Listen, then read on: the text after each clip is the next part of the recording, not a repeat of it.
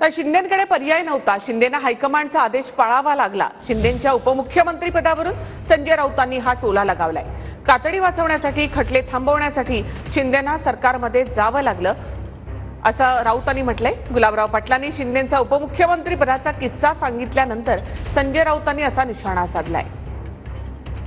त्यावेळेस डीसीएम होण्याकरता शिंदे साहेबांनी नकार दिला. त्यावेळेस टीव्हीवर बातम्या चालत होत्या, पण आम्ही सगळ्यांनी डीसीएम सरांना विनंती केली की आपण सत्तेमध्ये असलं पाहिजे, कारण की एकनाथ शिंदे नावाच्या चेहऱ्याने हे सरकार येण्यामध्ये फार मोठी ताकद होती.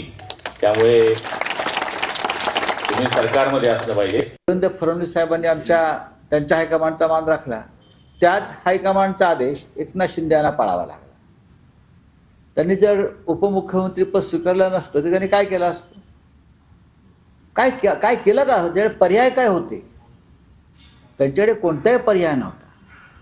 आपली कातडी वाचवण्यासाठी, आपल्यावरचे खटले थांबवण्यासाठी, किंवा पुढे जो त्रास होणार आहे तो होऊ नये यासाठी त्यांना सरकारमध्ये जाणं याशिवाय दुसरा पर्यायच नव्हता. ते गेले.